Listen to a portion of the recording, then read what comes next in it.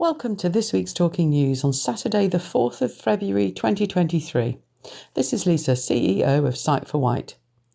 May I start with an apology? We are very well aware that there have been various problems with the Alexa skill over the last couple of weeks. We're aware that the next track doesn't seem to be working on the Echo Dots and that last week the newsletter wasn't available at all. We hope that the newsletter is now fixed, but we are aware that on Echo Dots, which are the little round speakers, the next function does not appear to be working. If you do have an Alexa show and the next function isn't working, it would be great if you could let us know. Thank you. This week saw the first of our two workshops on research. We've been asked to find 10 members to talk about why people don't engage with research.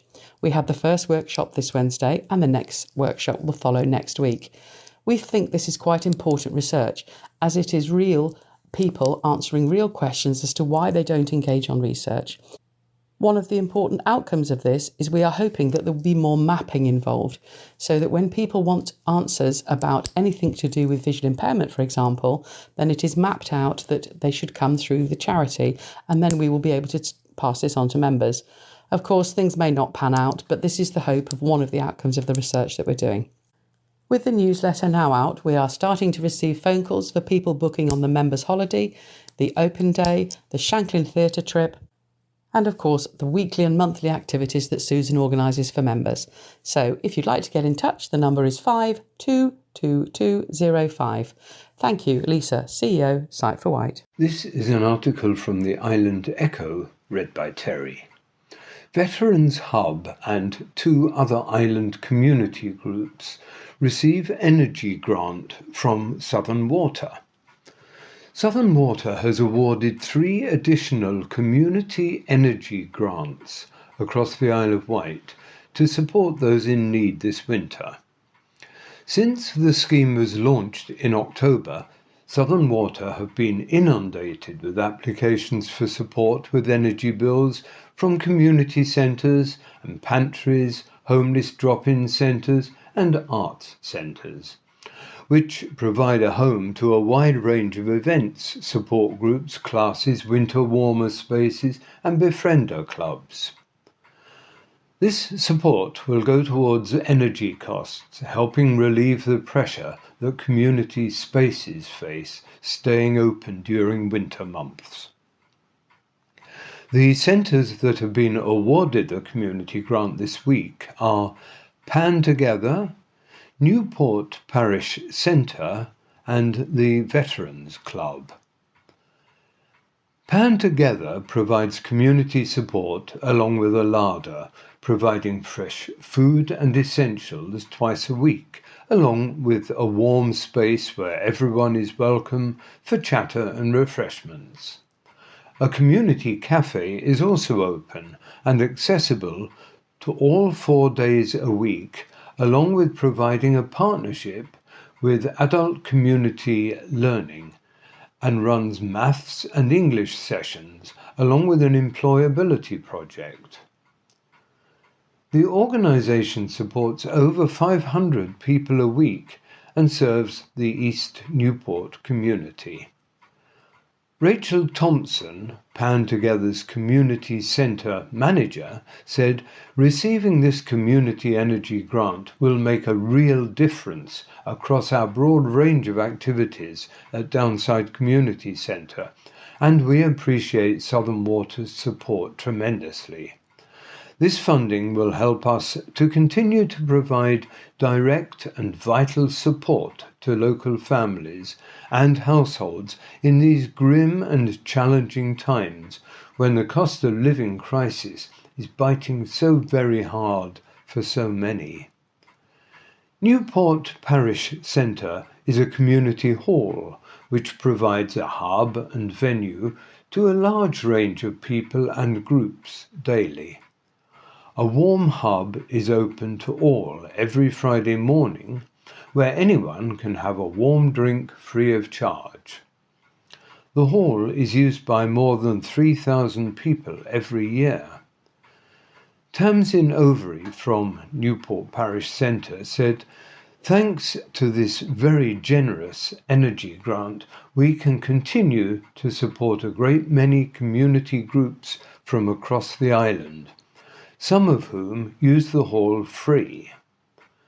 It will allow us to absorb the increased energy costs, helping our warm hub to stay welcoming. Our hall supports youth organisations, which of course helps parents who are managing tight household budgets themselves.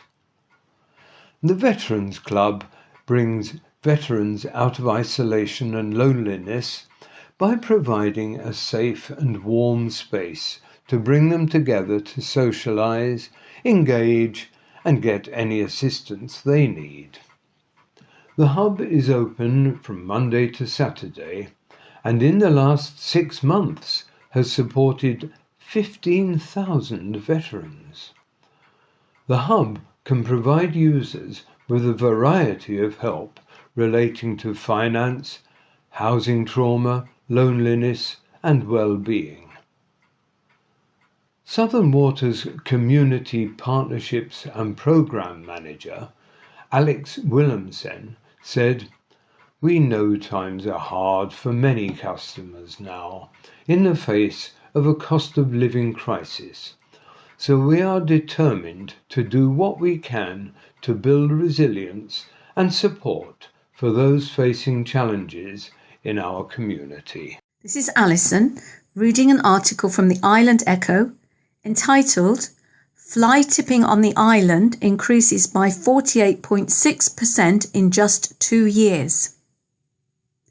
Fly tipping incidents on the Isle of Wight have increased by nearly half, 48.6%, since 2019-2020 new data has revealed. According to the latest government data released by DEFRA, a total of 855 incidents occurred on the island in 2021-22.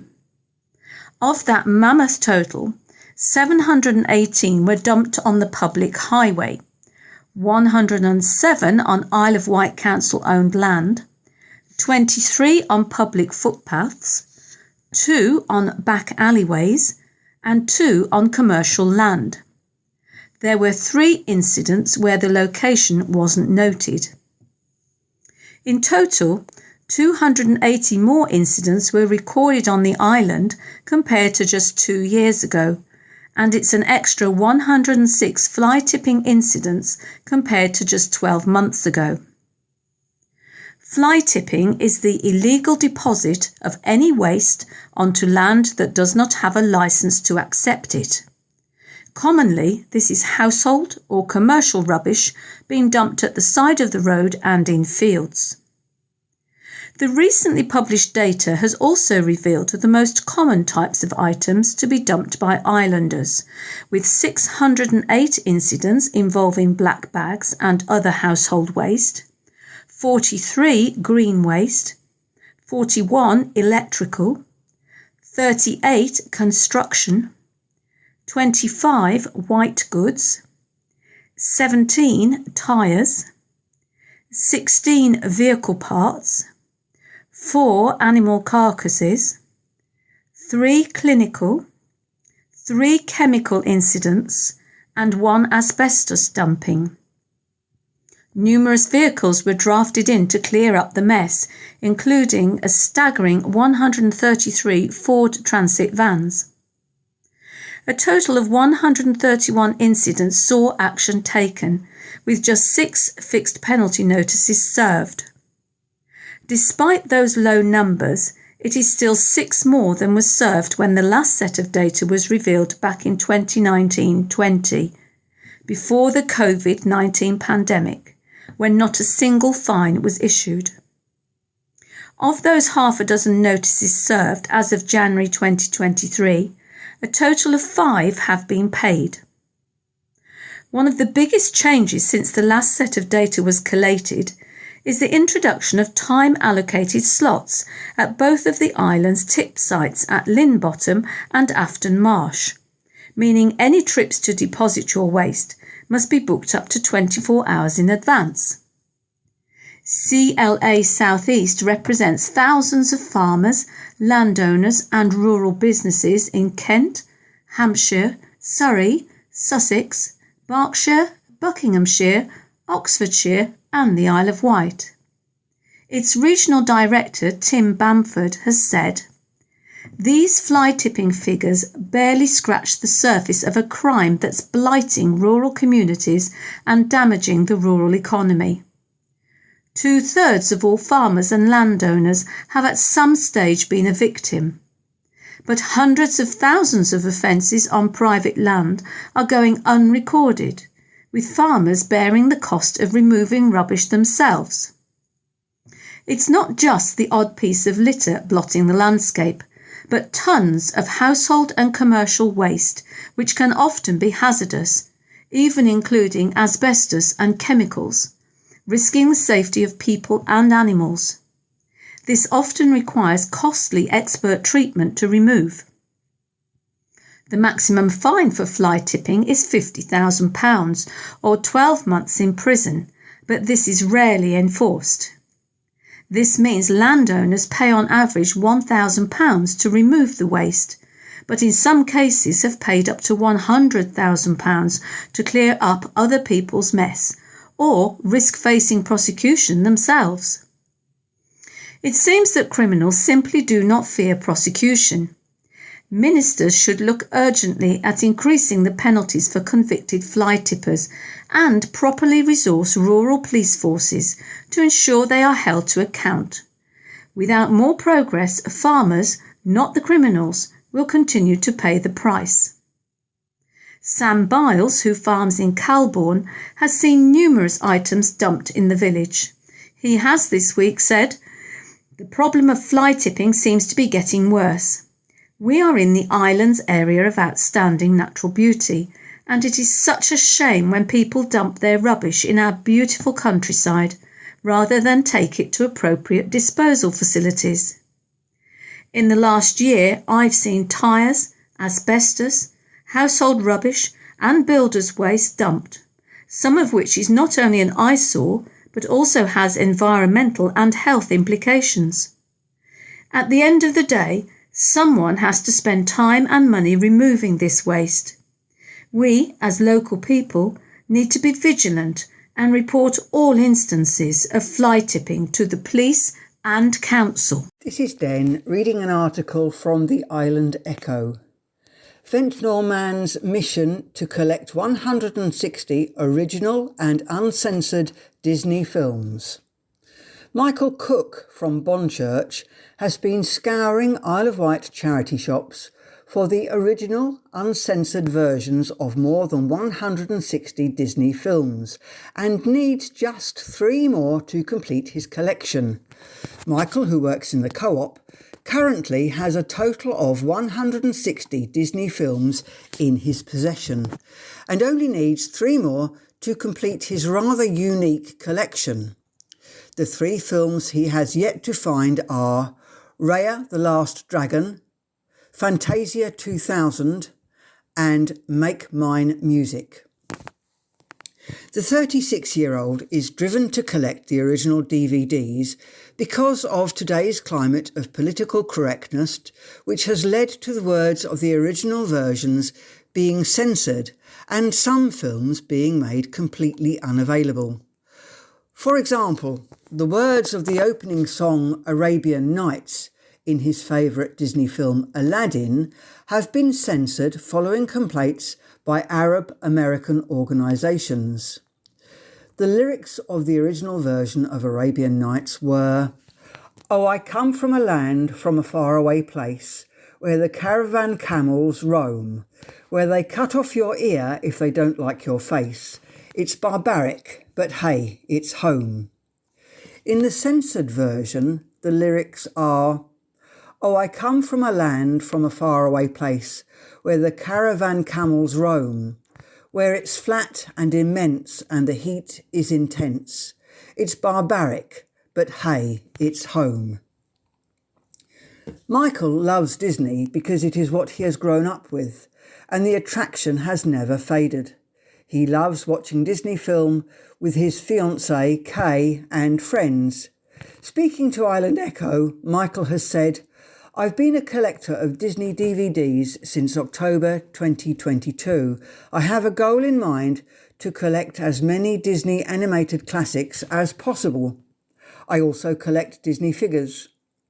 The main goal was to get all the animated classics uncensored because the digital Disney Plus are highly censored and some are even unavailable. Some films are just not feasible to get from a charity shop, but I achieved 95% from charity shops on the Isle of Wight between the Ventnor Shops RSPCA, Mountbatten Hospice and St Catherine's Charity Shop, and the British Heart Foundation, Ability for Blind Dogs, Samaritans and Kissy Puppy in Newport. My best finds were Jungle Book Diamond Edition for 20 pence and Fox and the Hound 2 for 20 pence. My fiancée, Kay, isn't the biggest fan of the charity shops, saying, "What rubbish have you bought now?" But she respects that all the money I am spending is going to good causes on the island and beyond. I have always liked Disney, from watching Aladdin, to watching my sisters watch Aristocats and Beauty and the Beast, to going to school with friends, to watch Toy Story 3 and crying in the cinema at the end. My collection is my love letter to the animated world of cartoons, which has always been a key part of my life from a child up to now. The Ventnor man claims to dig up his DVD gold mainly in Ventnor and Newport shops. His favourite outlets are Ability Dogs for Young People, RSPCA and Mountbatten.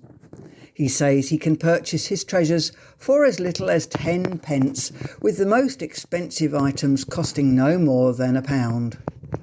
Michael would like to emphasise that he is not asking to be given the 3 missing films from his collection. He has said, "I am not asking for anyone to contribute to my collection in any way. I'm sure they will pop up in charity shops soon enough. Wish me luck." This is an article from Isle of Wight Radio, read by Terry. Gym, swimming pool and events space closed at Gurnard Pines. The gym, swimming pool and events space at Gurnard Pines has been closed with immediate effect from, last Monday in fact.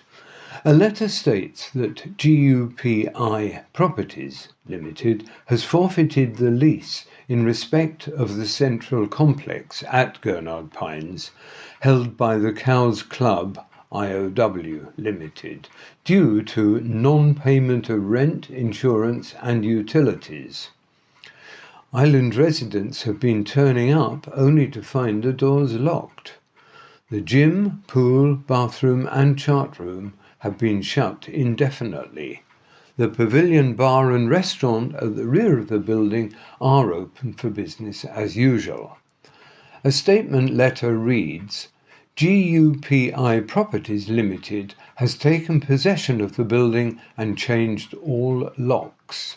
The management team of GUPI Properties Limited appreciates that there has been many unforeseeable factors that have affected the current leaseholder's ability to make the business succeed, such as COVID, utility prices, and the cost of living crisis.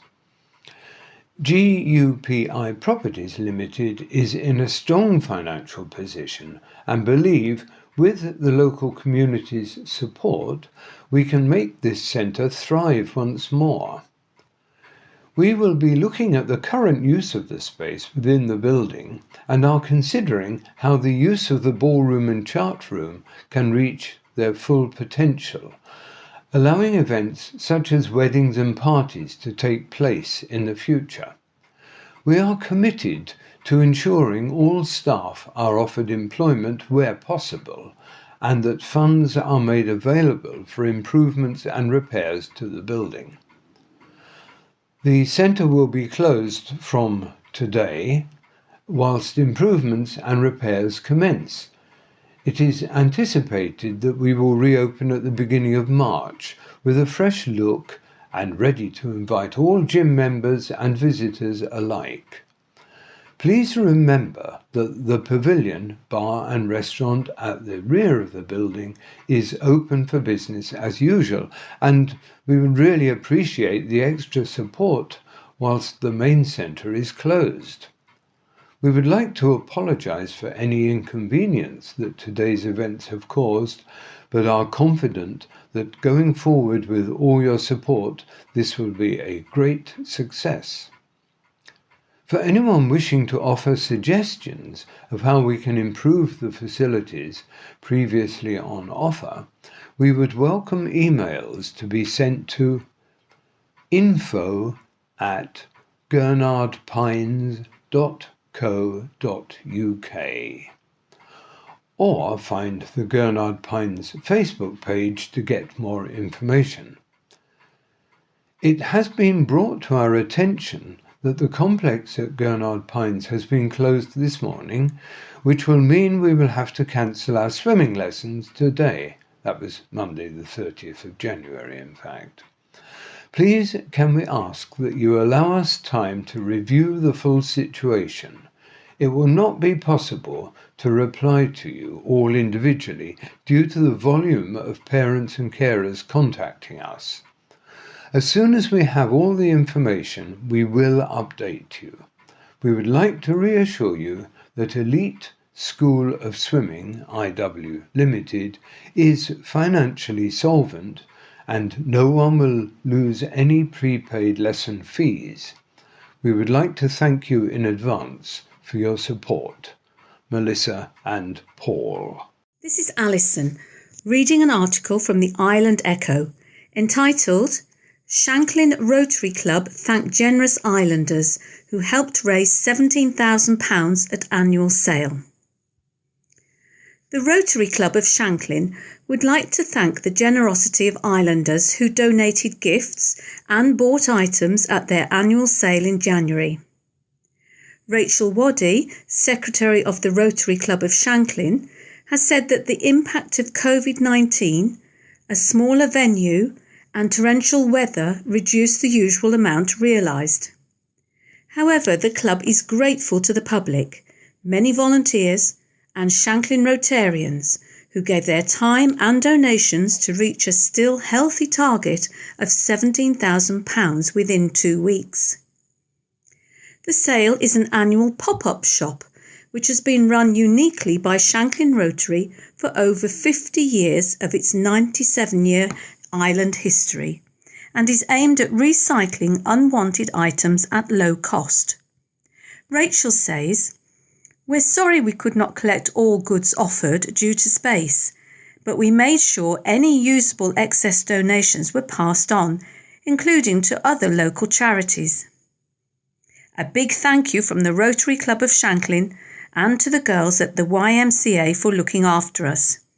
We hope to see you next year for a bigger and better sale." Hello everyone, this is Steve reading a story from the Island Echo headlined 50 new police officers for the island in bid to improve police visibility.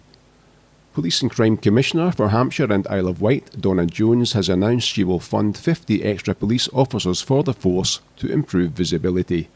The announcement has come after the Commissioner gained support from the Police and Crime Panel for her 2023-24 budget, which will include a precept rise for cash-strapped islanders, as previously reported by Island Echo.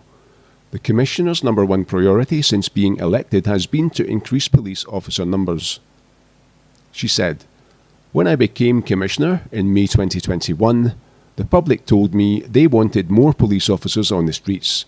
The force pledged to recruit an additional 498 officers as part of the government's National Police Uplift programme, but I wanted to go further, which is why I promised another 102 on top of that, bringing the total to 600 by the end of March 2023. With this year's budget, I'm able to increase the number again, bringing the total additional officers for Hampshire and the Isle of Wight Constabulary to 650 by March 2024. I want to be clear and reassure people this increase is not filling vacancies left by those who have retired or left. This is a net increase. To date, the force has recruited more than 550 additional officers, which means they are on track to have recruited 600 by March 2023. With my pledge and your support, the Chief Constable will be able to recruit another 50. The Commissioner's proposal to improve police visibility with the extra funds followed an extensive consultation with local residents. Receiving more than 8,400 responses from the public, the majority of people told the Commissioner improving police visibility was their top priority. Listening to these concerns, the Commissioner proposed an increase in the police precept of the council tax by £1.25 per month or £15 per year, based on Band D properties, which has been supported by the Police and Crime Panel. This is an increase of just 6.34%, which is below the rate of inflation, and it will raise an additional £12.29 million for Hampshire and Isle of Wight Constabulary in 2023 to 24. This is Alison, reading an article from the Island Echo entitled Teachers Protest in St Thomas's Square over Pay and Lack of Provision for Isle of Wight Pupils. Over 100 teachers and their supporters have gathered at St Thomas's Square in Newport to demand a pay increase to secure better recruitment and retention of teachers. The protest, which was organised by the National Education Union, NEU, began at 10:30. NEU members have also picketed some schools across the Isle of Wight as part of a one-day strike. Further strikes are due to be held on 3 days in March, on the 2nd, 15th and 26th of next month. The strikes have led to the shutdown of many Isle of Wight schools. Local representative of the NEU, Peter Shreve, who was present at the Newport protest, has said, "I've already been outside 2 schools this morning. We've had an awful lot of support from the parents and grandparents of those we teach. Nobody has moaned about teachers going on strike. It's not just about a pay rise. The strike and protest are about recruitment and retention of staff. Nationally, 42% of secondary school students are not being taught by a qualified maths teacher. It's been a similar situation for 10 years now. Older and more senior staff are leaving the profession because they are too expensive to retain. This has led to schools losing, for example, their deputy heads. Education on the Isle of Wight is suffering due to the lack of teachers.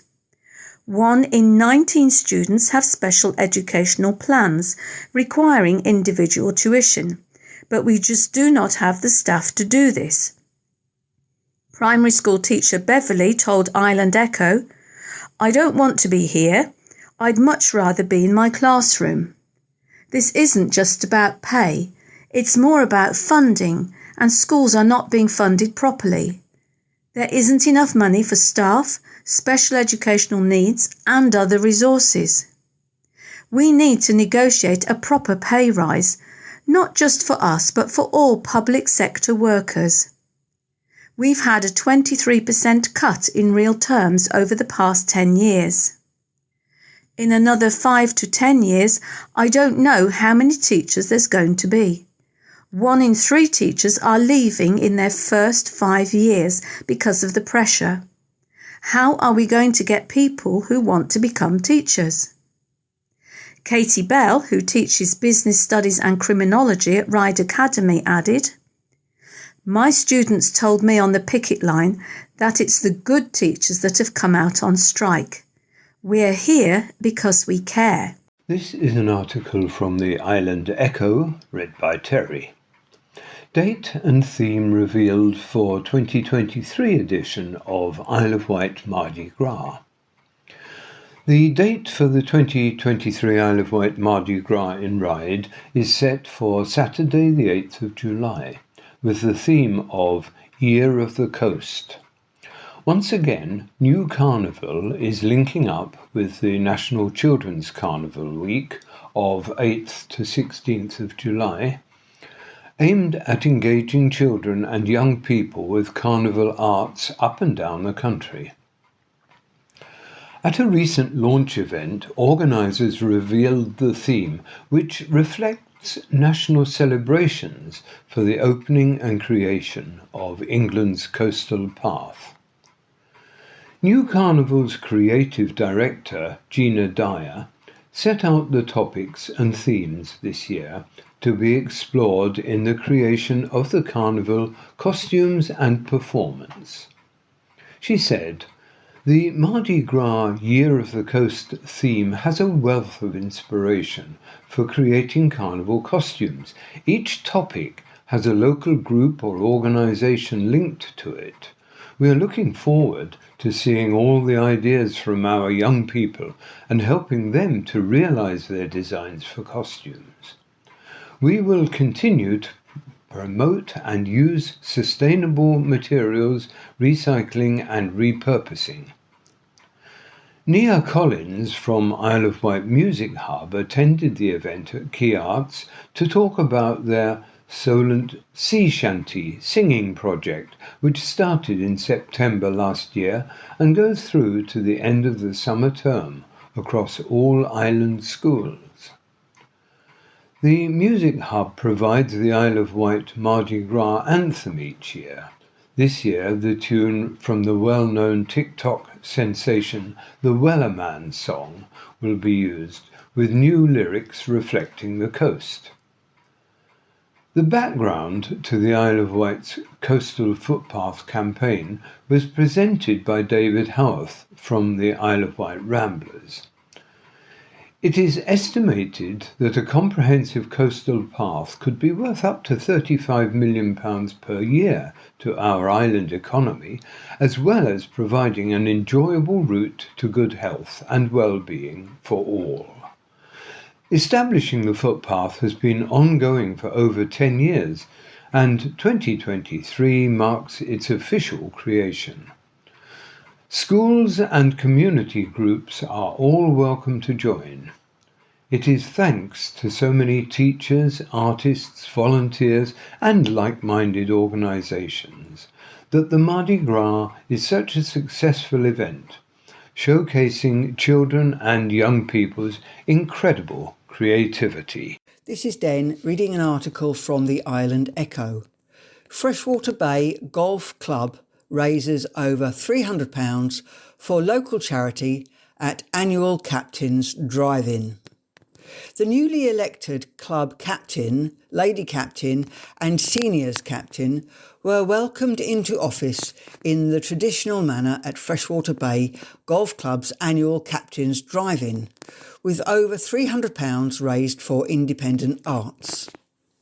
The Captain's Charity for 2023, who gave a presentation to members about the work the charity undertakes, Independent Arts is a small charity based on the Isle of Wight that uses the healing power of the arts, music, movement and visual to improve health and well-being for thousands of people to change lives.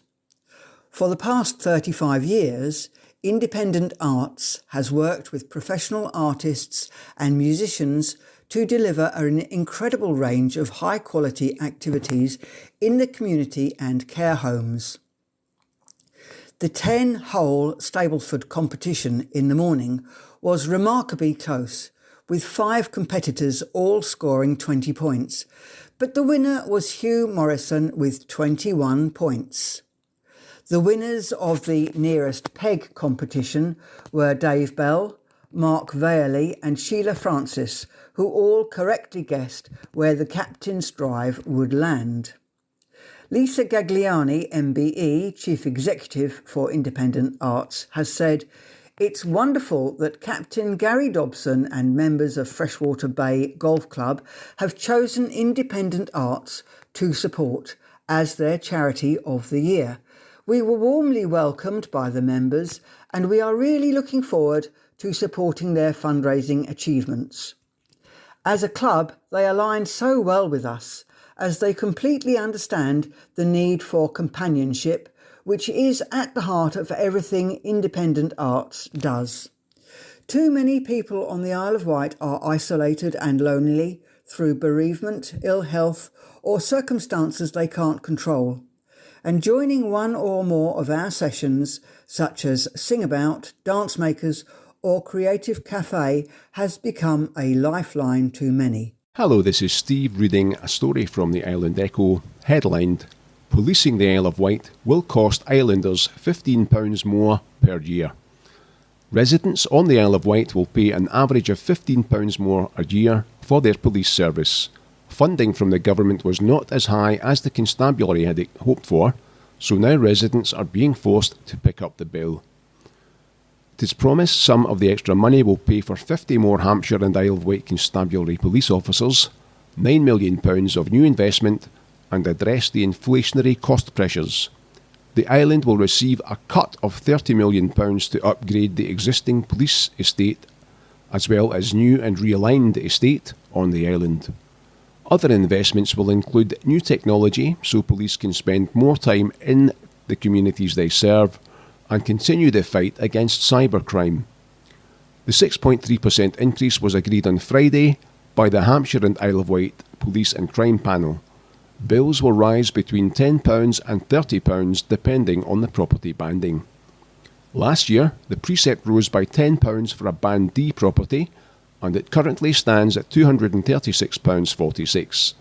The average Band D property will rise to £251.46.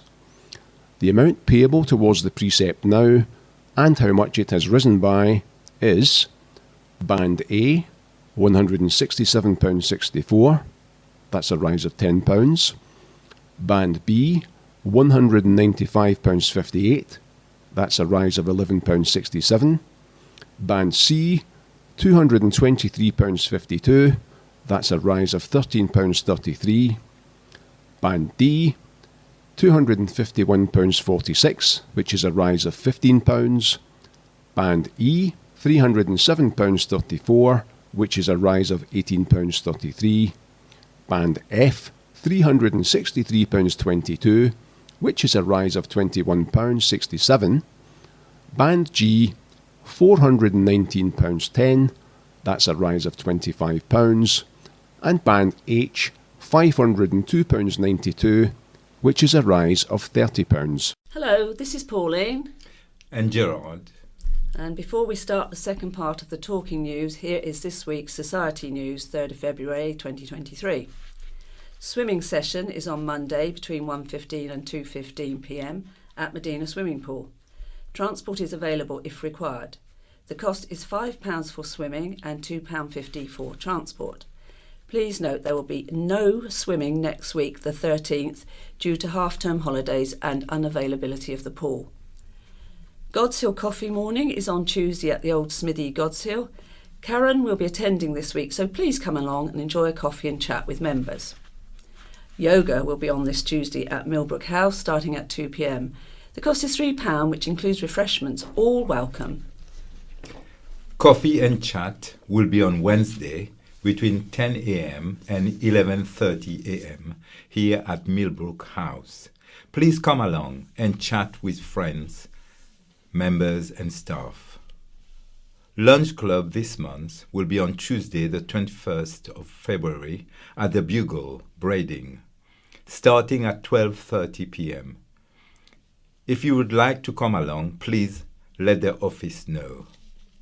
Hopefully you have all now received the winter newsletter. If you fancy a trip to Warner's or the trip to the theatre for the wonderful sound of music, please call the office to reserve a place, as numbers are limited for both activities. The funeral of Noreen Taylor, whom some of you remember was CEO of the Society, will be held at St Mary's Church, Carisbrooke, on the 10th February at 1 p.m. Family flowers only, and any donations will be shared between the Isle of Wight Society for the Blind, Sight for Wight, and the Mountbatten Hospice. Jeff Leather are the funeral directors. We now go on to the articles from the County Press. Questions of how merger will affect island patients. Will patients with mainland appointments have to travel more for treatment under plans to merge acute services at the Isle of Wight NHS Trust and Portsmouth Hospitals University NHS Trust? Will there be continued early morning appointments and long waits for care, or will it mean access to a wider range of services? Questions are being asked about what this week's major NHS announcement actually means, but health bosses were not available to answer them this week, despite numerous requests from the county press for an interview. In Tuesday's statement, the Trust said they would work more closely while remaining two separate statutory organisations. Under them, services will be delivered to 800,000 people across Portsmouth, South East Hampshire and the island. Meanwhile, the Isle of Wight Ambulance Service, which is rated good by the CQC, is to strengthen its partnership with the inadequate rated South Central Ambulance NHC Foundation Trust. Patient watchdog Health Watch told the county press it had questions. It was already due to publish a report about the difficulties faced by those who have been travelling across the Solent for appointments and those on waiting lists for some surgeries. Health Watch says unreliability and the price of ferries have been leading to heightened anxiety. It pointed the finger at a recruitment crisis as a possible reason behind the announcement, but added it could mean islanders would benefit from a wider range of specialist staff and services. Meanwhile, financial support for patients could be cut under the Isle of Wight Council's budget plans. The Alliance Group's proposals would see funding slashed in 2023-24 by the amount that was unclaimed this year if they are passed on February the 22nd. Health bosses said a merge between the two trusts was the logical next step. The NHS statement said all partners are ambitious for the Isle of Wight and want to ensure that islanders, as well as those visiting the island, receive the best possible care. The merger was welcomed by MP Bob Seeley, who said it would mean a more integrated approach to healthcare and joined up thinking. Witness call after crash. An appeal for witnesses has been launched by police following a crash in Newport, which left two people in their 80s with serious injuries. It was the second serious crash in the town during January, following the death of 81-year-old Bridget O'Hara Murray from Totland on January the 16th. Witnesses are being sought after last Friday's incident in Church Lytton outside Marks and Spencer store. Police were called at around 11:45 a.m. to a report of a collision involving an Island Roads van and two elderly pedestrians.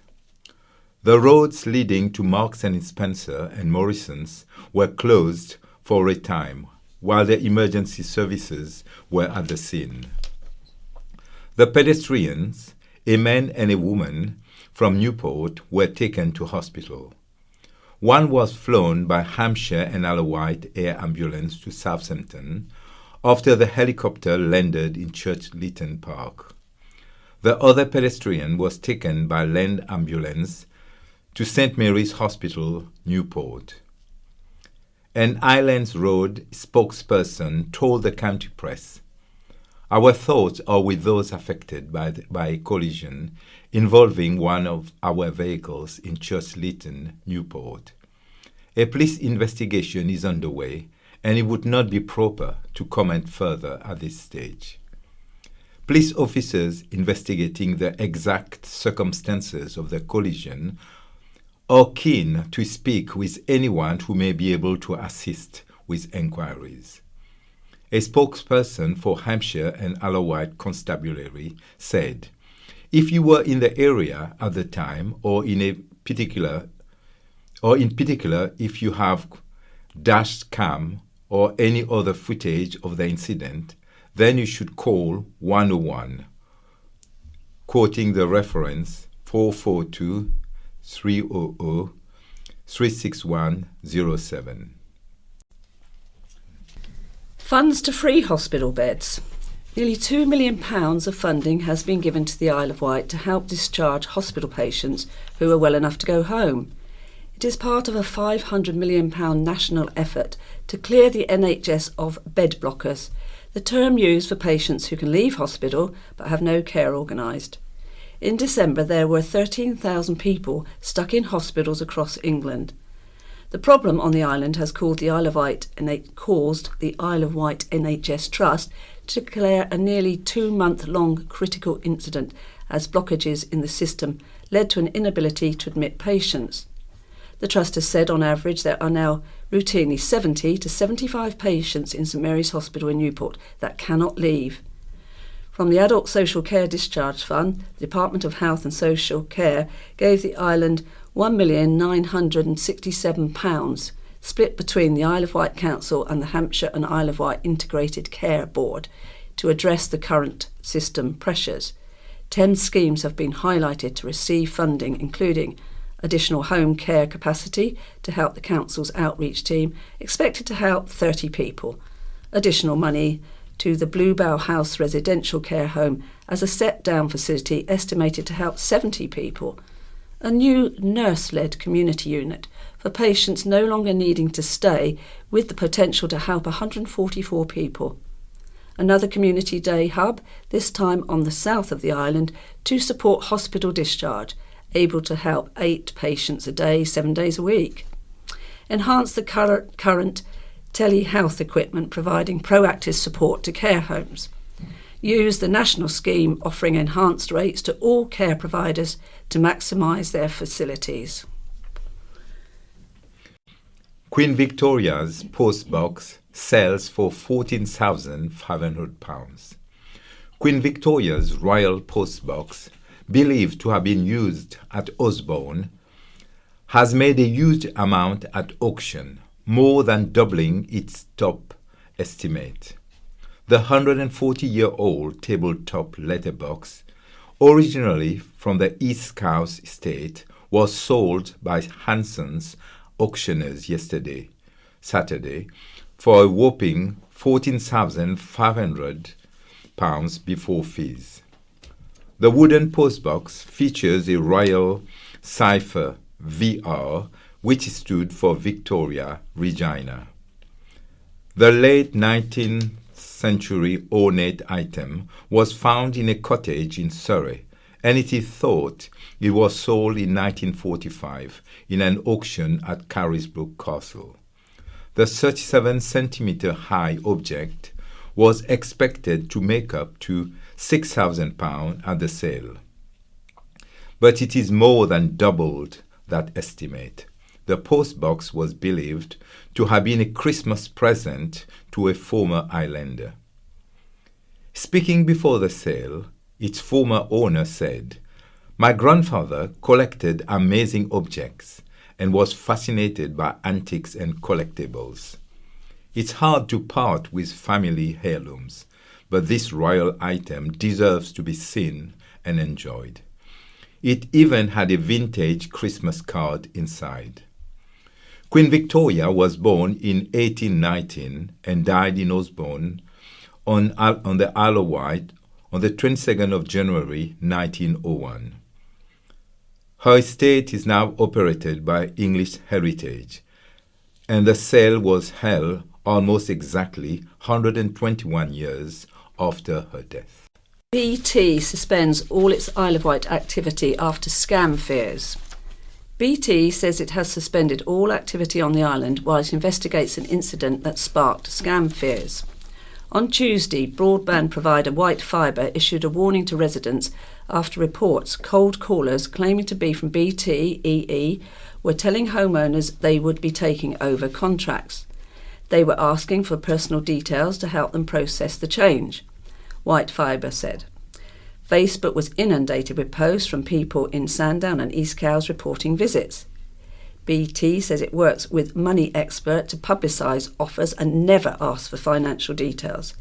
It says only BT or EE employees can complete sales transactions over the phone or in store. Customers can also place website orders. Money expert agents are trained to offer BT and EE products and services only and not to discuss the business operation of other providers. Isle of Wight Against Scams Partnership, IWASP, said people should also be on the lookout for the following recent scams.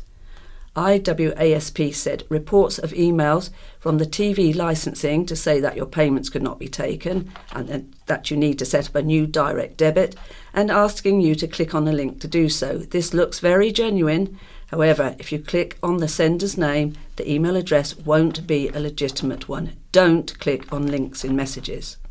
Man is jailed.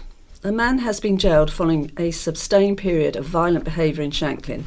Ben Entwistle, 35, has been sentenced to 2 years and 10 months in prison. On Friday, December the 17th, 2021, police recalled with reports that Entwistle had turned up at an address in Oakland Gardens, Shanklin, with a knife. Entwistle had attended a funeral earlier that day before heading to a wake at Shanklin Football Club, where he became drunk and violent and got into physical altercations with a number of people. He was eventually thrown out and taken home, but returned armed with a serrated kitchen knife. The knife was taken off him after he was restrained. Entwistle later attended the Oakland Gardens address, which was occupied by people known to him, with a knife before proceeding to kick the door in attempts to gain entry.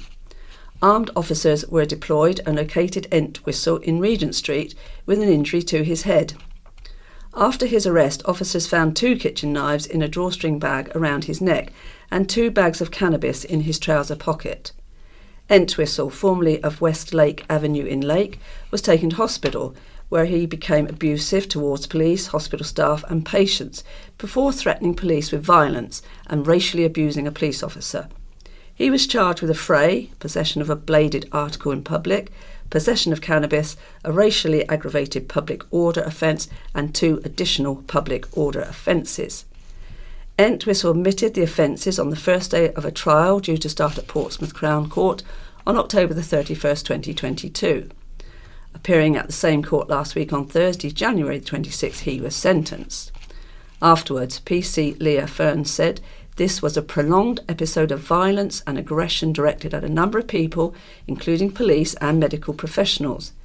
Entwistle armed himself with a knife and also hurled racist abuse at a police officer. His actions that night were shocking and he is rightly paying the price. Violent behaviour will never be tolerated and we take a particularly robust stance against those who carry knives. I hope this reassures the community that we will take action against those who behave in this awful manner. Erosion will cause over 21 million property damage. A new map of the island's coastline reveals 3 areas will lose more than 21 million worth of residential property to coastal erosion by the year 21,000. Communities on the island are among those worst affected in England, namely the coastline around Binstead and Quor, Thornes Bay to Gurnard Bay, and Colwell Bay. These areas are estimated to lose 92 homes, worth over £21 million, with around 23 around Binstead and Quor, 33 in Thornes and Gurnard, and 36 in the Colwell Bay area. One Homes, England's Communities Under Threat interactive map, is the most up-to-date look at the state of our disappearing cliffs and the threat coastal erosion poses to our most at-risk seaside towns and villages. Plotted using existing Environment Agency data and shoreline management plans, the map illustrates where no new sea defences will be built to defend against erosion, leaving homes vulnerable to the sea. One Home, a not-for-profit social enterprise which aims to help households adapt to a low-cost, low-carbon lifestyle, says there is no active intervention policy to counter the threat posed to island homes. Angela Terry, One Home chief executive, said, Sea levels are rising as global temperatures soar, and so larger waves batter our coast during severe storms. These irreversible changes mean some cliff faces are crumbling fast. We can't turn the tide or build a wall around the entire coast. So we urgently need to help seaside communities to prepare for the damage that will come. Currently, for those homes at risk, there is no compensation scheme available.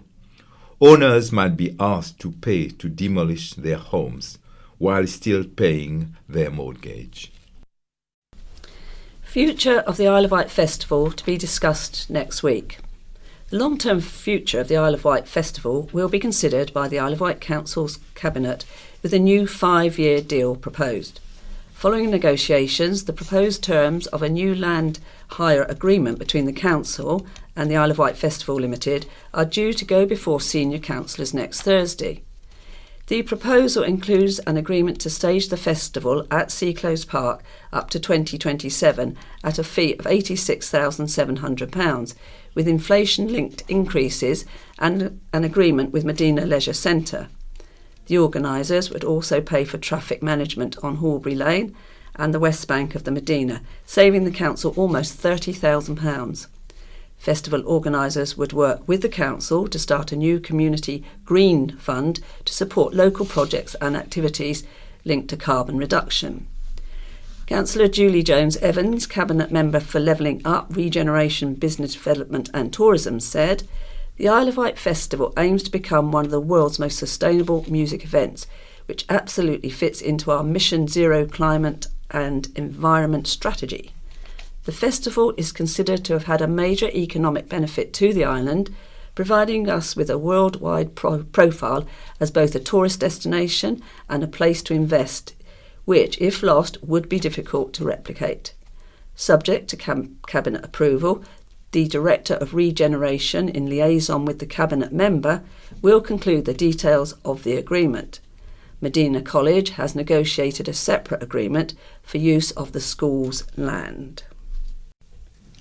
Assaults. 3 men arrested. Arrests have been made after 3 women were assaulted in Newport last month. 3 men were detained in connection with the incident at the Pyle Street and Town Lane junction. Police released CCTV images last week. A 25-year-old man from Freshwater, arrested on suspicion of causing grievous bodily harm with intent, has been bailed with conditions until the 27th of April. A 24-year-old man and a 31-year-old man, both from Newport, were detained on suspicion of causing grievous bodily harm with intent, assault occasioning actual bodily harm, and assault by beating. They remain in custody at this time. The arrest came following an altercation at around 2:10 in the morning on the 21st of January. 2 women had been in the Hogshead on the High Street prior to that. Hampshire and Isle of Wight Constabulary said that they walked across St. James Square and through the alleyway to Pyle Street. At some point on their journey, they were joined by 3 men who assaulted both of the women. One of the women suffered a broken wrist during this incident, and a 3rd woman was assaulted as she tried to intervene, police said. What will cost more in the latest council cash plan? The Isle of Wight Council is planning to put up its prices at Dinosaur Isle, cut job roles and make parking more expensive. The latest raft of cuts and savings were published this week by the Alliance Group ahead of a meeting by Cabinet members. The group says it is facing extraordinary budget pressures and argues it has not been properly funded by the government. It said, compounded by the war in the Ukraine but underwritten by persistent irresponsible austerity measures from Conservative central government, we are faced with a harsh and stark reality. We either fight and represent our residents' interests and needs or hand it over to central government to manage the finances via a spreadsheet in Westminster. Councillor Laura P.C. Wilcox, council leader, said, "Since May 2021, the Alliance Group has had a strong focus on understanding and coming to terms with the many challenges the council faces, so that it can deliver a positive future for the island and its community. The ongoing failure of government to treat the island differently compromises our ability to provide that hope. Nothing is set in stone yet. The final decisions must be agreed at a full council meeting, and other political groups often submit alternative ideas which could be passed. Whatever is agreed, a 4.99% rise in council tax looks certain. A final decision will be made at the Isle of Wight Council's meeting on February the 22nd. The cost of parking would go up by 25p an hour. Overnight parking costs would rise. All island parking permits would be 20% more expensive. Parking permits for residents would cost more, and tourists would pay more to park. There would be voluntary redundancies and managed vacancies at council staff. The number of traffic wardens will go up. To raise cash, no more funding for the Isle of Wight NHS Trust Falls Prevention Coordinator. 150,000 saved in salary when the role of Assistant Chief Executive is cut. Services. The cost of using bereavement services and the registrar would go up. Parks and cemeteries will not be maintained as regularly. Property. Move out of Jubilee stores on Newport Quay. Travel. Floating bridge vehicle charge will go up to £2.50 and £3 depending on what you drive. Speedway starlet racing in National Youth Championships. Jack is revved up and raring to win Brit title. A teenager who has been riding speedway bikes for half his young life has been selected to take part in this year's British Youth Championships, a first for an islander. It has been a whirlwind past few weeks for Jack Scully Sire, who recently turned 13. Jack started riding bikes when he was 7, with My First Skid Speedway School, run by Whitelink Warriors. Co-owners Barry Bishop and Martin Widman at Smallbrook Stadium in Ryde. Fast forward to 2 weeks ago, and the young talent was pinching himself after he was invited to be part of the championships by the British under-21 team manager. The championships, due to get underway sometime this spring, will take Jack to some of the best speedway stadiums around Britain, including Bellevue in Manchester, Edinburgh, Berwick, and Kent. To ride in the championships is an amazing opportunity to learn and to show who am I as a rider, said Jack. He will be wearing number 77, 7 being his lucky number, making it doubly lucky, according to his proud mum, Charlotte. Jack is over the moon. He is really looking forward to representing the island and hopefully encourage more island youngsters to get involved in the sport. Most kids who take part in it apply, but Jack was invited, which is really a privilege. This will be his first major competition, a massive step up.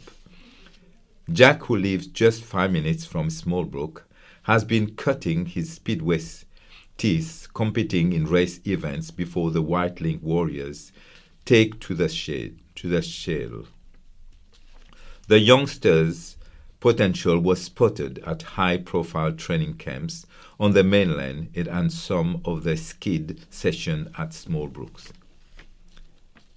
It also has not done him any harm, as his mother's partner is retired Warriors Speedway star Dano Verge, who has been guiding Jack. Jack is also inspired by watching Speedway around the country, including the Grand Prix. Island-born Jack, who attends Ryde Academy and went to Binstead Primary, has a burning ambition to become a pro Speedway rider, or, at the very least, be a mechanic to one. I hope to keep on going and progressing, said Jack. I would not be anywhere near what I am now if it was not for my mum and my stepdad, who have helped and motivated me throughout my journey. Jack is also paid tribute to his sponsors. He lives and breathes Speedway. That's what he wants to do with his life, Charlotte concluded. Hold a street party for King Charles III. Later this year, the UK will celebrate the coronation of King Charles III with a 3-day bank holiday weekend. The Isle of Wight Council, with Island Roads, is simplifying the process for organising celebratory private street parties to encourage people to celebrate the occasion. For anyone organising a street party over the bank holiday period from May the 6th to May the 8th, the Council is requesting application be submitted to Island Roads to request a street closure and an application pack. Councillor Phil Jordan said, "Having a private residential street party is easier than you might think and is a great way to meet your neighbours and build community spirit.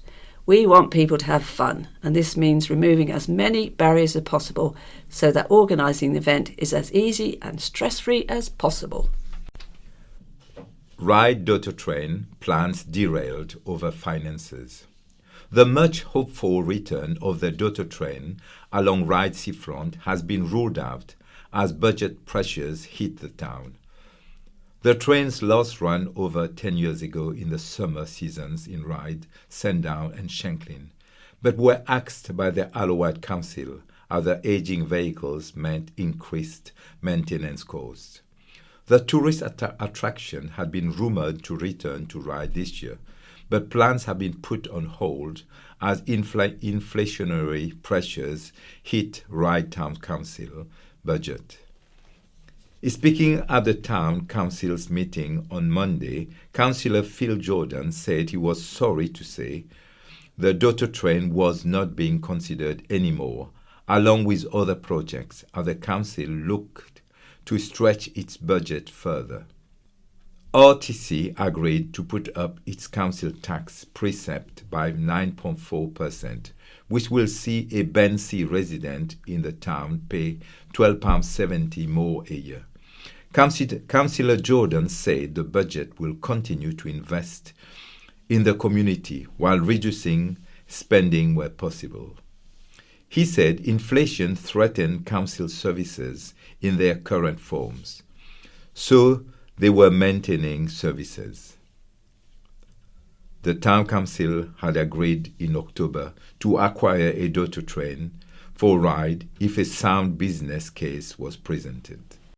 Islanders are offered free trees. More than 120 islanders have so far received free trees as part of a one-off giveaway offer by the Isle of Wight Council. The scheme, run in partnership with Gift to Nature, proved popular, with all 500 saplings claimed within hours of its launch last month. Species such as crabapple, wild cherry, rowan, hazel and birch were available.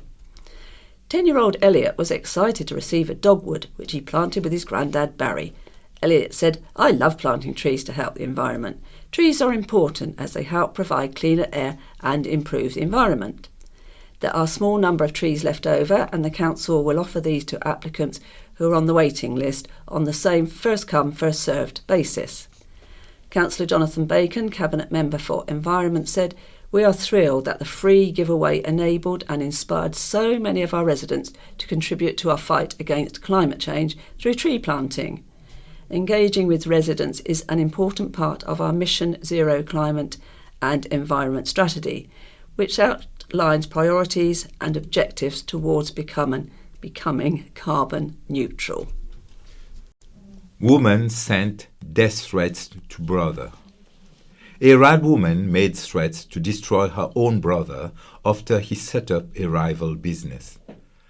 Deborah McKenna of Johnny Street appeared before Isle of Wight Magistrates Courts last Friday.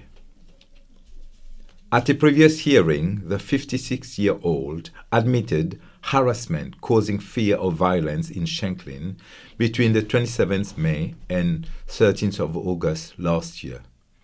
Prosecutor Liz Miller told the court the victim was McKenna's brother, and he had been estranged from her since 2010. She said he stopped all contact and McKenna has been abusive towards him and his family, leading to a non-molestation order in 2016. The court heard McKenna later contacted him over email, making threats to kill, saying she was her father's daughter and she would kill the victim if she saw him. In another email, she wrote that he was evil and needed to be destroyed, leading to the victim installing a panic alarm and extra security at his home address. Oscar Vincent, defending, said McKenna made full and frank admissions and would never have carried out the threat. He said she was very sorry for her actions, and of the 17 emails she sent, only 3 contained threats. Mr. Vincent told the bench the majority of the emails were very strange, talking about the royal family and referring to herself by a different name. He said McKenna presented as an extremely vulnerable individual with severe past trauma. The court heard McKenna launch a successful specialist recruitment business back in 2006, and in 2008 she invited her brother to join the business. Mr. Vincent said her brother had his own issues, and McKenna was motivated to help him out and put him on his feet. He said there was a breakdown in the relationship, and McKenna's perception was that her brother appropriated data without her permission and set up a rival business.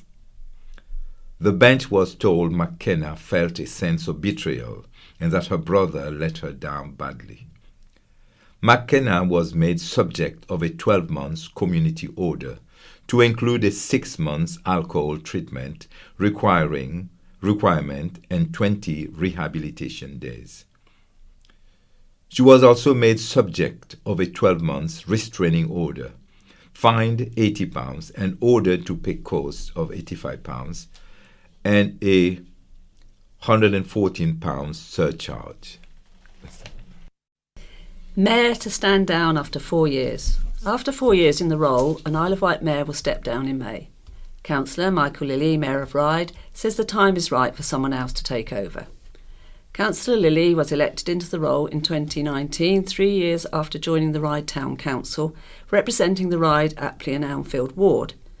Announcing his resignation on Monday at a RTC meeting, he said he had only intended to serve 2 years, but with transformational staff changes, COVID lockdowns and the cost of living crisis, he felt it was important for Ryde to have stability of leadership. The Town Council is now in a really different place than it was 4 years ago, Councillor Lilly said, with the aid of a skilled professional team behind it. RTC is the island's second largest authority behind the Isle of Wight Council and is faced with austerity and costs, said Councillor Lilly. In his time as Mayor, RTC has responded to government funding cuts, which led to providing the networked Ryde Youth Service. Plans to help the town move forward and achieve more have also been developed. Among his goals before he steps down is to secure a better working relationship between RTC and the Isle of Wight Council. Councillor Lilly will remain on the Town Council as a councillor. Post office plans. Sandown Town Council could take on a post office to save the service from being cut off. The idea has been proposed following the announcement a branch on Avenue Road will close on the 10th of March. It had been housed in the central convenience store, but after the store's closure in October, the future of the post office provision has been in doubt.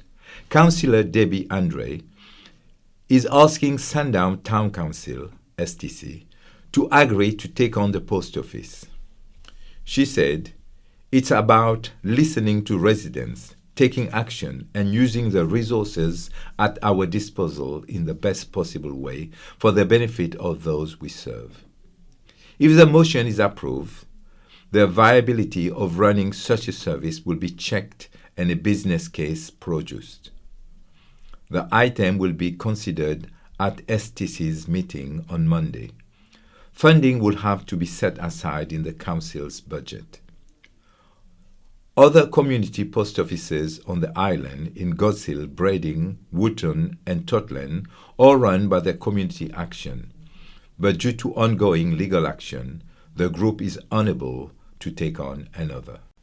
Students on Countryfile.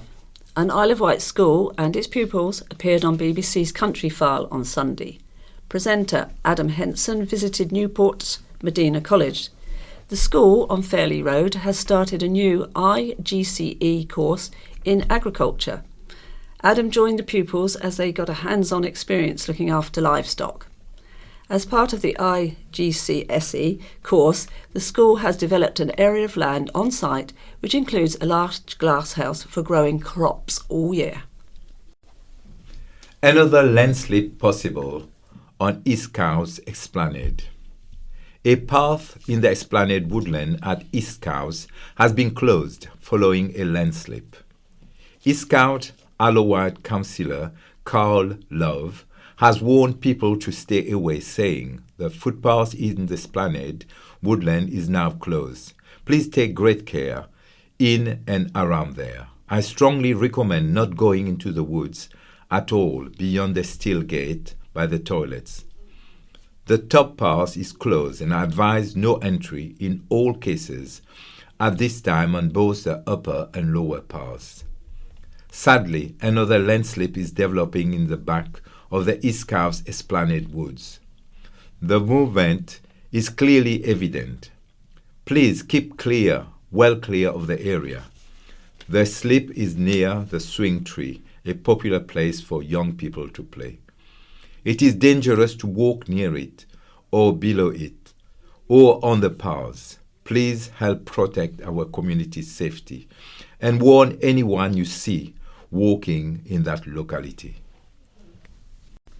My bullet points for Thriving Newport by Alan Marriott.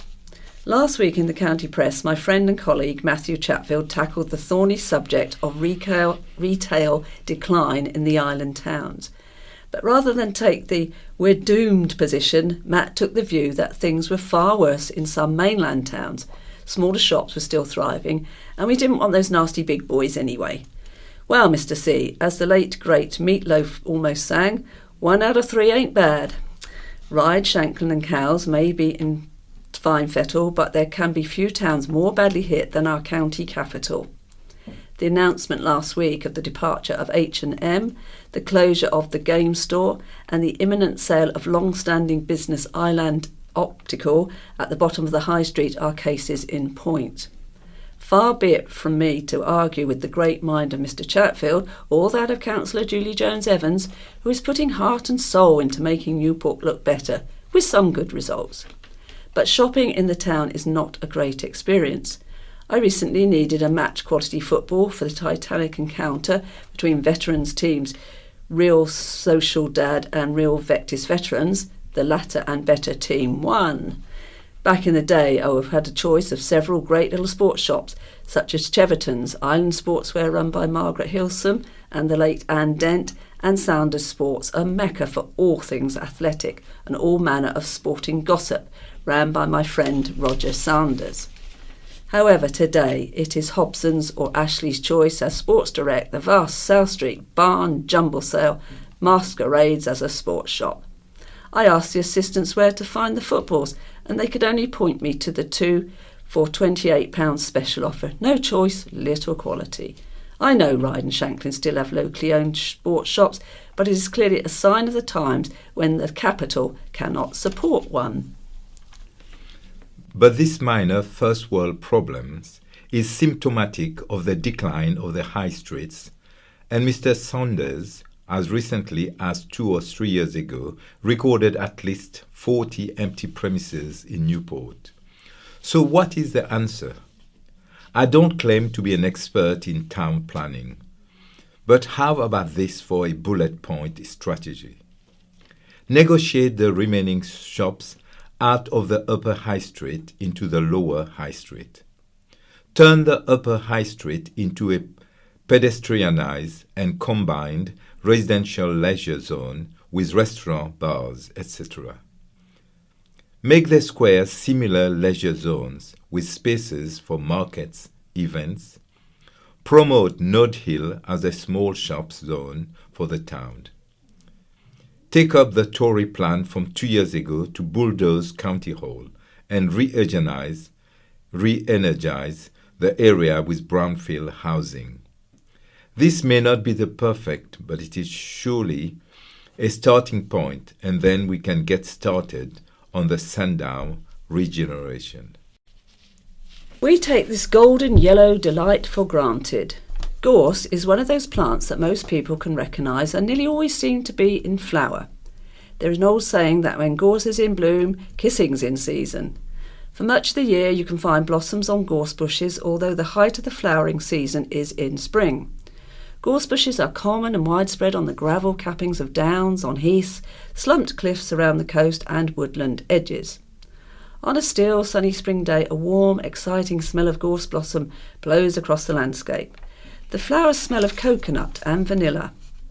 Later in the summer you can hear the ripe seed pods cracking in the hot sunshine, recalling the clacking call of stonechats which often frequent gorsey places. Gorse is one of the great signature plants of common land and rough open spaces. It is sometimes suggested that Golden Hill outside of Freshwater gets its name from the abundance of gorse, although in fact it is more likely to derive from a former landowner Gordon. It still survives as a dominant hedgerow species along the Brisford Road in the vicinity of the former Great Lynn Common. We take gorse very much for granted, but before the coal trade developed, gorse was of great value to the rural economy, being an abundant and fast-growing crop. An old island name for gorse was fuzz. It was cut and tied up into bundles or faggots and used to fire ovens. Dry cut gorse was a fuel for bakers, brickmakers, lime burners and farmers' 14th century records from St Cross refer to considerable market in gorse from Parker's Forest. When the prickly spines were crushed, gorse made valuable feeding for stock in winter times. Chess in the libraries. Ryde Library Chess Club welcomes players or aspiring players of all ages and abilities with free casual lessons available. Every Wednesday from 5 p.m. to 7 p.m. Magic of the Dinosaurs. This is a comedy, magic storytelling. It's on at Freshwater Memorial Hall on the 25th of February 23 at 7:30 p.m. and it costs £8. Chinese costumes and accessories talk. On Tuesday at 2 p.m. there will be a fascinating talk about the Chinese Imperial Court's costumes and dress accessories at Northwood House. And at Shanklin Theatre next Tuesday and Wednesday, that's February the 7th and 8th, 7:30 p.m. and a 2:30 p.m. show on Wednesday, Who Killed Agatha Christie?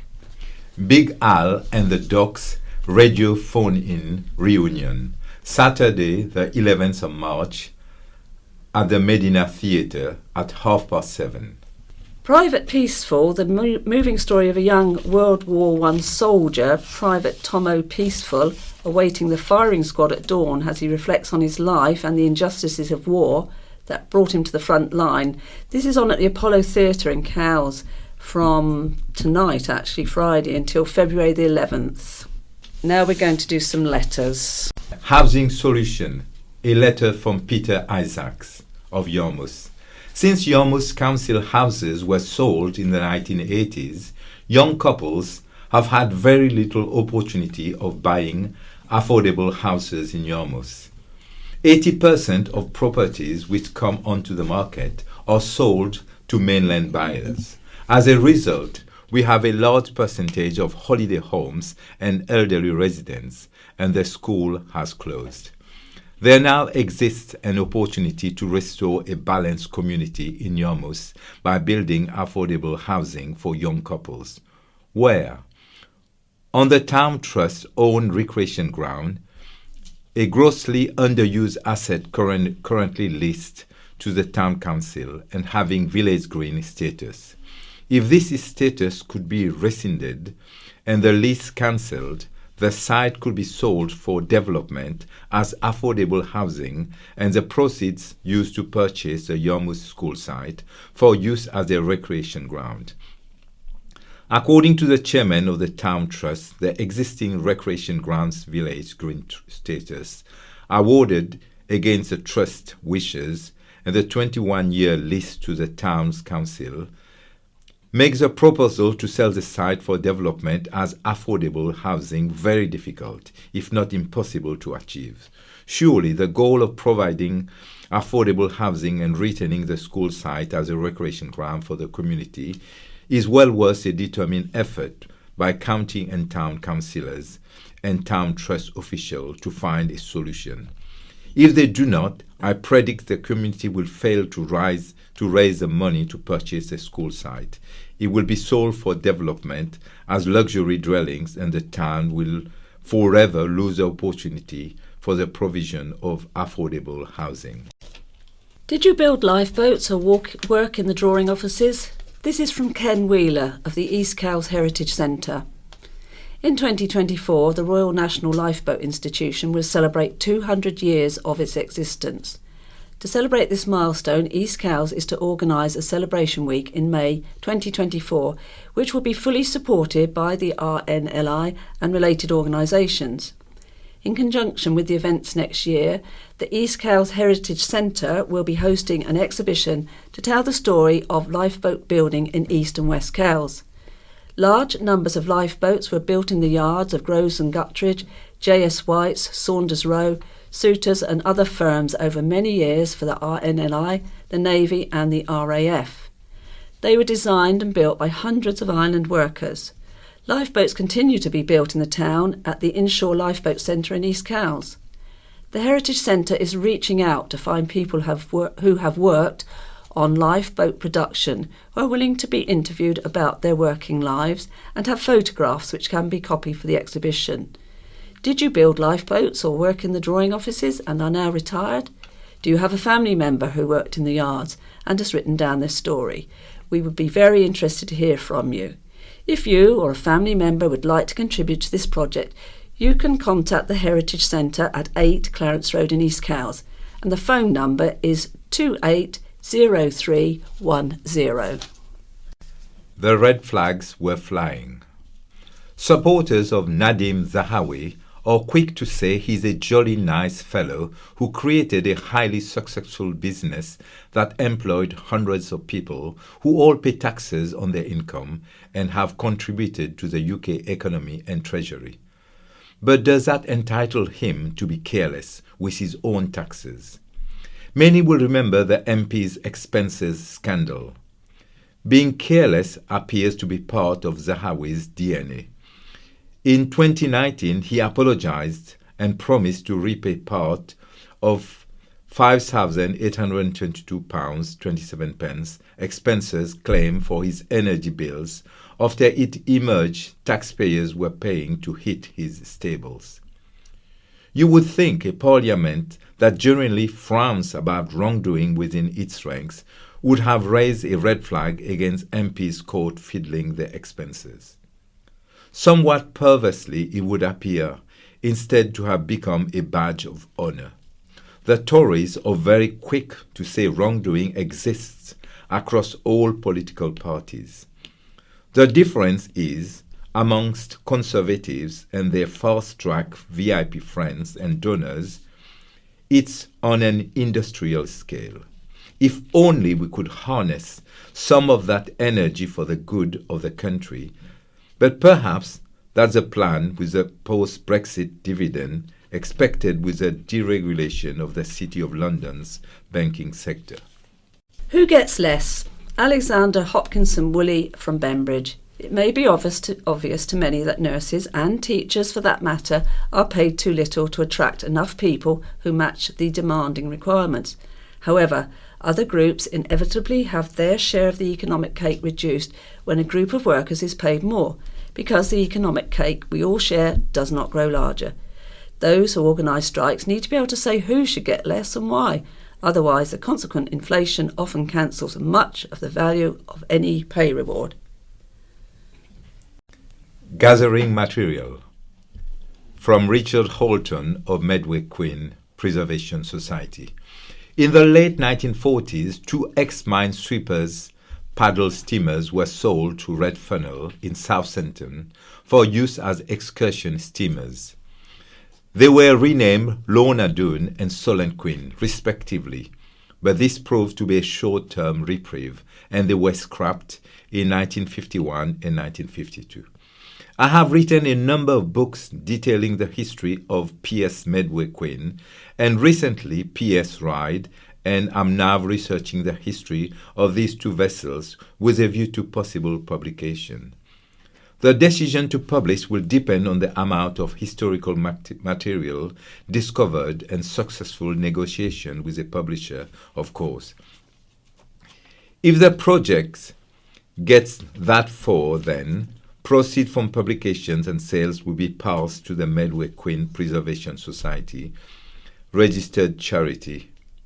Any material gathered will be shared with a PSPS collection to ensure its long-term survival. This is fitting since the two ships were operated by NMSPC company, although not on the same route as Medway Queen. Both ships started life in 1916 as purpose-built paddle minesweepers, HMS Atherstone and HMS Melton. After the war in the 1920s, they were purchased by the new Medway Company and converted for civilian use as PS Queen of Kent and PS Queen of Thanet. They operated under that flag until 1939, when they were requisitioned and become minesweepers again, under their new names as their original names were being used for existing naval ships. They returned to civilian use afterwards and were hastily converted back as stopgap vessels, while new-built motor vessels were on order. After a brief career with the new Medway Company, they were sold to Red Funnel, and their time on the south coast was short. Material, especially personal recollection, is expected to be harder to find than for my previous project, as these ships disappeared before cameras were in widespread use and so long ago that few people will now have first-hand memories. If you can help with any information or images, contact Richard Halton at 2 Drury Lane, Hooked, Royal Wootton Bassett, SN4 8EL. Action needed, says Joe Robertson, Isle of Wight councillor for Bembridge and leader of the Conservative group. Councillor Richard Quigley, Labour, Cowes North, says the Isle of Wight Council's budget agreed last February has prevented the council from borrowing money to build affordable and social housing. Why then did Councillor Quigley vote in favour of the budget as recorded in the minutes? He didn't have to. 5 councillors voted against it. Councillor Quigley's comments are entirely misleading and he offers no serious solutions of his own. Local councils are borrowing money up and down the country to build affordable and social housing, but not on the island. While the Alliance and Labour continue to make excuses here, a Liberal Democrat council in Portsmouth, together with the Conservative government, are building hundreds of affordable homes across the water. I've published a 5-point action plan to deliver homes for islanders in need, which goes far beyond borrowing money. It includes using council-owned land for social housing, not selling it off to developers, and making better use of government grants already available. We need action, not excuses, to put roofs over the heads of islanders in need. I will work cross-party with anyone serious about delivering homes and reducing the waiting list. And it's goodbye from Pauline. And Gerard, goodbye. The BBC In Touch programme follows and the Scaffolding News follows that. BBC Sounds. Music, radio, podcasts. Good evening. Tonight, the exhibition where you'll be invited not to look, but to touch. That'll make a change. My art is very visual. It's very 1960s pop art. So I want people to come and experience the colour and they can touch. And the idea is there is a key for them to unlock the Braille. So they're not just seeing a dot, they're learning Braille as they go. We'll be finding out more about joining the dots and the man who's joined them later in the programme. But first, access to work is sometimes described as one of the government's best kept secrets.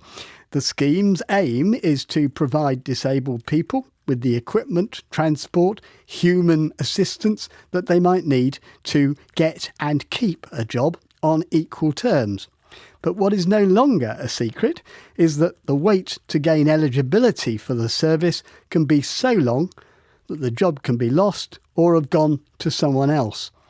In answer to a parliamentary question, the RNIB has discovered that the waiting list to receive access to work, already at over 15,000 in 2021, is now standing at over 25,000.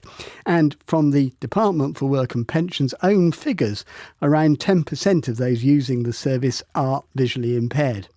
Well, Sam Leftwich and Melinda Hanvey are among those who are either struggling to get onto the service or are finding it difficult to use. Melinda, if I can come to you first. You were already in a job when you realised you needed the service. Just explain your circumstances and what your problems have been. So I've been working for a number of years. I first used Access to Work approximately 4 years ago when I lost some of my sight, and it was absolutely a great service. I couldn't fault it at all. I lost a lot more sight at the end of last year, and so had to reach out to Access to Work again because I knew that I would need an update with my equipment. And unfortunately, although I applied in September, I only heard literally 2 or 3 weeks ago. So it's been quite a wait, and it's been quite stressful because I've been unable to work during that time. My sight has deteriorated that much that I'm now registered severely sight impaired. I'm unable to do the job. I know I need sort of an updated software and further help as well, getting to work around the office, such like. So at the moment, I'm not working, and although my work have been very good, let's just say they're probably getting a little bit impatient because there's nobody to do my job and they're having to find other people to do it. And 4 months is a long time to keep someone's job on hold. My future is so uncertain at the moment because I don't know if the equipment I'm going to be given will be suitable for my current job. I'm worried about losing my job. I've still sort of 3 years to work until I retire. So it's fear of the unknown, really. And I just don't know what's going to happen to me. Truthfully, I've asked to see if they could redeploy me. But again, I don't know if they can. But I just feel that this process could have been speeded up a long, long time ago and without causing all so much hassle and, worry, really. Sam, if I can come to you, I think your problem wasn't so much in being accepted as actually getting the services that it's supposed to offer. So just explain what your story is. So I applied for it, and within, I think, a month, I had a date for my assessment, which actually took place the day before I started work. So I'm very aware that that's not that long a wait. However, for me, I think I maybe put a bit of a jinx on myself by saying that, everything seemed to be going really, quite smoothly, because I then had a very long wait. So my report, I don't think, was submitted for over 12 weeks. And obviously in that time, I had started my job and I was trying to impress my new employer. I wanted, to show that I was keen and I was working, but it did get to the stage where I was starting to struggle without having, support in place. So what were the problems you were having? The kind of assistive tech on my laptop, I hadn't had that installed at the very beginning. And even when I did have it, I hadn't used it before. So I was sort of getting by using it with very little knowledge. It actually turned out that I needed a slightly different type of assistive software. So I needed the voiceover as well as kind of the magnification. So for a long time, I was having quite bad eye pain and, eye strain. And I also gather, Sam, it's not only you, your support worker has had a problem as well. Yeah, so my support work has been in place since the middle of November, and they've still currently not been paid for any of the support that they've provided for me. We had issues with Access to Work not sending over the initial claim forms, which apparently should have been sent when my application had first sort of been approved. She's not walked away then? No, I do feel very lucky that they know me and they clearly trust me and that I will, keep chasing. But it just adds extra stress and extra pressure on top of, everyday work. And I gather another part of the problem was that you were finding it difficult to communicate with the person who was supposed to advise you if there were problems and tell you how the application was going. Yes. So I hadn't had any kind of contact from them. I had an initial phone call and I didn't even catch their name, and I asked for the correspondence to be in email, and that never happened. They only ever called me. I could never call them. And when I sort of asked for things to be emailed, it was never done. So it became quite a challenge, and I was having to wait for them to contact me before I could then go to them with any issues or concerns that I was having. Sam, thank you very much indeed. Joining us and listening to that is David Newbold, who's Director of Sight Loss Advice at the RNIB. David, how typical are those kinds of stories, and do you have others? Every single day we're hearing cases of people having their job offers withdrawn because employers can't wait 4, 5 or 6 months after they've offered somebody a job for somebody to start, or somebody who had a 6-month role and their award from Access to Work came through just after they finished their 6 months where they'd really struggled. I mean, the list goes on, and it's quite horrifying that this is just seeming to go from bad to worse. As you said, it's gone from 15,000 people waiting in December 2021 to 25,000 people still waiting in 6 months now, which is just utterly unacceptable. Now, this is not a new problem, and the Department for Work and Pensions has acknowledged that there's been a significant increase in applications over the past year. I mean, what conversations have you had with the Department for Work and Pensions about trying to solve these problems? It's really hard to pin down with the DWP exactly what is going wrong. For several months, we've been trying to engage with different ministers responsible for Access to Work. And of course, we're on the 4th minister in 14 months. That does not help. There are really simple things that could be done now. Thousands of people are called in for a review every year of their Access to Work support package. Surely, while there's a delay of 6 months, that could be just put on hold. Or you could have a 12-month grace period until the backlog is caught up. But we're not getting the chance to share these because the minister's gone so quickly.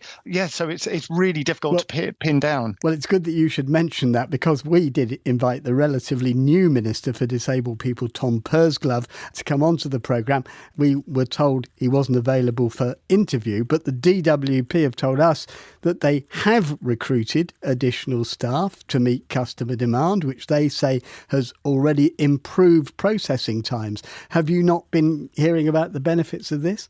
We're definitely not hearing or feeling that this is getting under control.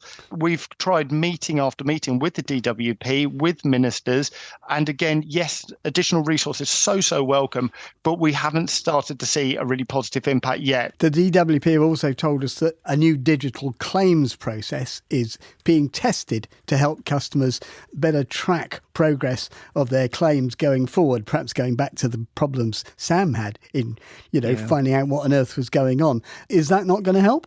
It will help when it eventually comes online. But at the moment, we're still in paper forms, which is utterly inaccessible.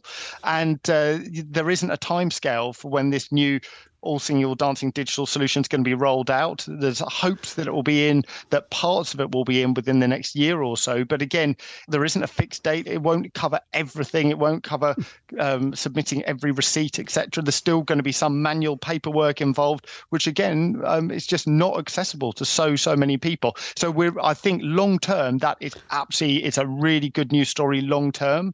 But right here, right now, for the next year, 18 months, that's when radical action's needed. David Newbold, thank you very much indeed. And also our thanks to Melinda Hanvey and Sam Leftwich. And also, we will continue to try to get our interview with the Minister for Disabled People. And as your emails show, the growth of tech solutions to what used to be face-to-face contacts is often not good news for visually impaired people. This from retired engineer Ray Smith, now himself visually impaired. The Ask My GP app is now the main route for patient communications with many GP practices. It's far from easy to use by those with full sight, but it's a total disaster for people like me with certified impaired vision. The app has small boxes on a green background, which cannot be machine read by any app or accessibility features. I've been able to find it on several different platforms, including iPad and Google Chrome. Many other websites are equally bad, but something of a potentially critical nature should not be. This disappearance of the face-to-face meetings, not only with our GPs, but with banks and other organisations, is something we're going to be looking at in more detail in a few weeks' time. Now, as blind people, we're all used to the irritating directive at museums and exhibitions, do not touch. So you'll be pleased to know that at the Qantas Gallery in London, there's an exhibition where the artist is saying, if you don't touch this, you're going to be totally missing the point. The exhibition is called The Power of Touch, and the artist is Clark Reynolds, and he joins me. Clark, you've led an eventful life, and we'll get to some of that as well. But first, the exhibition. If people go along, what will they feel? Well, I work in Braille. You might as well call me a Braille typographer. I think Braille is beautiful, and the misconception of Braille is that small dot. So what I do is I blow that dot up, give it a distinctive pattern, and then also give it colour. So what you're feeling is my story in dots.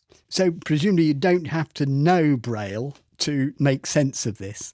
No, not at all. It's the idea is we live in a world made for visual people, and my art is very visual. It's very 1960s pop art. So I want people to come and experience the colour. There's hundreds of colours, and they can touch. And the idea is there is a key for them to unlock the Braille. So they're not just seeing a dot, they're learning Braille as they go. So what misconceptions do you think people have got about Braille? I take it we're mainly talking about people who can see here, who've never really come across Braille at close quarters.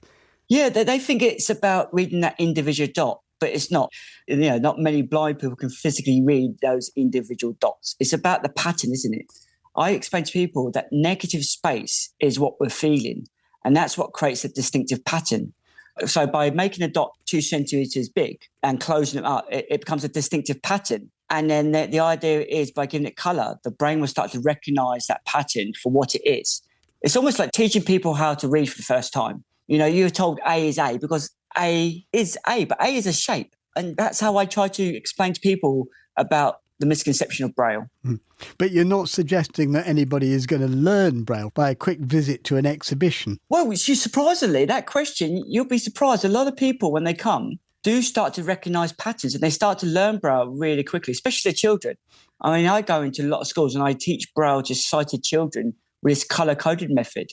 Kids are great at picking up new languages. And the idea for the adults to come out of it is to look at it and go, hang on a minute, there's more to being blindness than just complete darkness.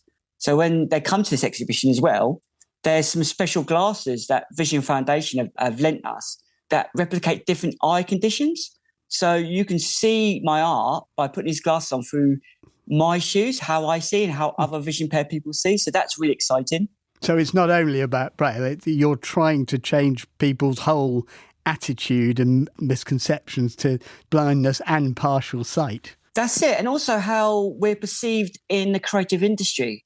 Unfortunately, you know, having the word blindness or disability in front of your name in the creative industry, it's kind of a pity thing. It's like, oh, you know, it's nice you've got a hobby. And I get that a lot, you know, and I studied art before I lost my sight and I was an artist. But because I lost my sight, it's now a hobby. So that's what I'm really pushing forward is like, why can't I be as big as Damien Hirst and Tracy Emin, those big artists? Why can't I? It's because society feels that what I do, it's a hobby, it's a pity thing because that's the only thing I can do because I'm blind. Clark, how much of this is a surprise to you? I mean, I'm wondering if when you started to lose your sight, did you think that was the end of art? Never. I've suffered a lot of ailments and social upheaval in my life. But one thing has always remained a constant, and that is art. You know, no matter what's happened in my life, art has always been there. The light bulb moment happened when I was given a Perkins typewriter. And it was like, this is amazing. I learnt Braille in 3 weeks because I saw it as a pattern. Are you making a living at this? I am now, yes. Qantas Gallery has given me the opportunity to come off benefits, to be self-sustained.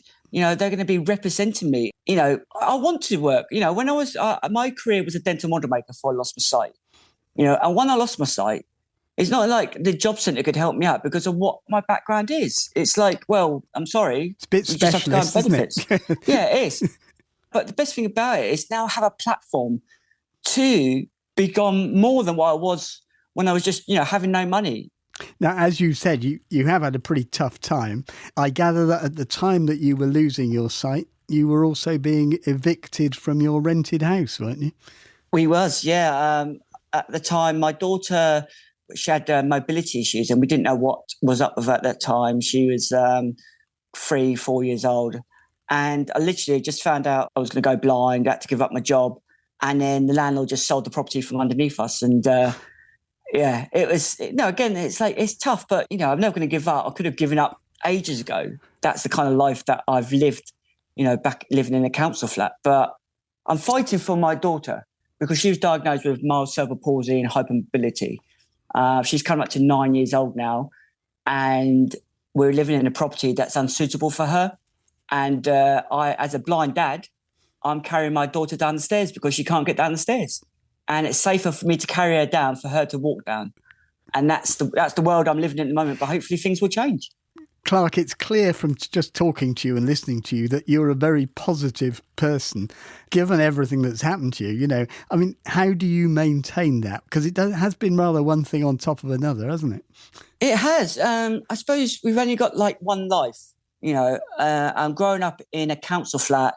The majority of my people, my peers, my friends and family, either in jail, alcoholics or some substance abuse. And my brother is no different. Unfortunately, he never found art. And 5 years ago in April, he passed away in a street corner at the age of 35, being homeless and alcoholic. And, I want to myself, it's like, why didn't I never go down that path? And it's strange that, I just wanted to get out of the rut. I want to get out of the position that society put me in, like, I live in a council flat, so I've just got to be in a dead-end job and just live life that out. But I wanted more than that. I'm on this radio now, but for me, why am I not sitting on Graham Norton's show? Why am I not on Strictly Come Dancing? I want to be famous. I think it's time for an artist to have a rock and roll status, to change perception of, especially, with the power. I could do so much and I want to do so much. I want to leave a legacy. Let's hope that the Strictly organisers are listening. Clark Reynolds, I'm sure you'll get there. Great to talk to you. Thank you very much indeed.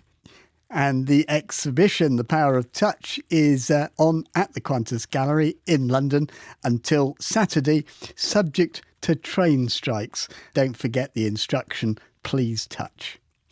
And that's it for today. You can email us in touch at bbc.co.uk. Leave us voice messages on 0161 836 1338. And there's more information on our website, bbc.co.uk/in touch.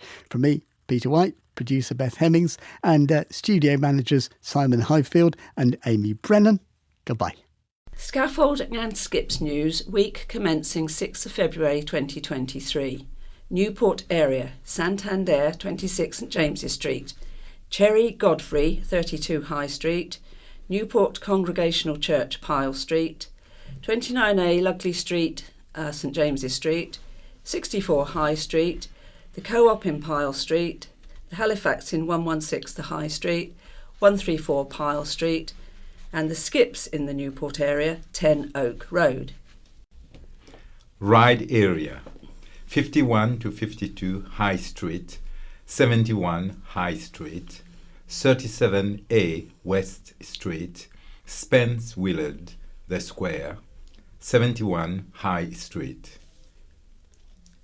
Skips ride area, Belmont, Stane Road, Wisteria House, 105 High Street, Bembridge. Cowes area, 28 Cross Street. Yarmouth area, Plevna House, South Street. And finally in the Brading area, 16 New Road.